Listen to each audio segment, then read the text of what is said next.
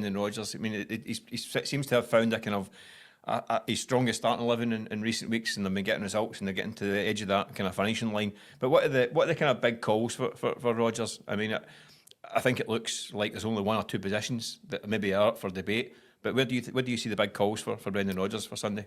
I almost wonder if the big calls is going to be the substitutions he makes depending on how the game's going rather than his starting lineup, which you'd have to say feels like it should be relatively settled. Certainly in terms of the front three players, it should be settled defensively. Are you assuming that it's going to be Diaz and Maeda through the middle? Yeah, Maeda through the middle and Right. Kuhn and Jota out wide, I would assume. But you would think they can also be quite flexible. We know how much joy that Maeda's had against Tavernier in the past.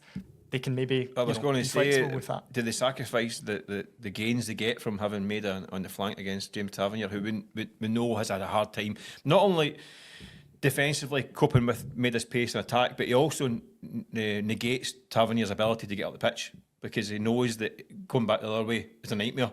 So I think a lot of these games you've seen Tavernier reluctant to cross the halfway line because he knows that it's big trouble on the other side.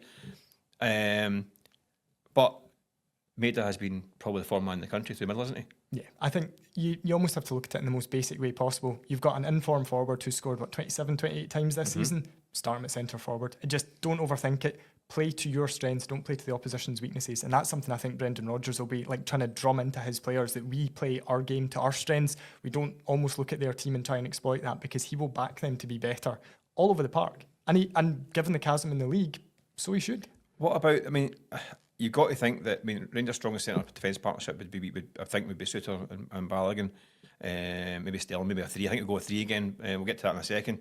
But does that not mean that Rangers are probably going to play the kind of Fenerbahce style game plan, a low block and all that stuff? Does that not make it a different way of Celtic having to work out to get through them? Would that not mean maybe even if it's Robin Proper with no struggles in the air, would that not mean that Adam Ida would be stronger in there? No. I just think that Ida, certainly at this stage, you'd be looking at as maybe your impact sub if you need something different. But you would look at Jota and Kuhn technically, right? They're going to be playing a low block. Can we unlock a defence with Jota and Kuhn?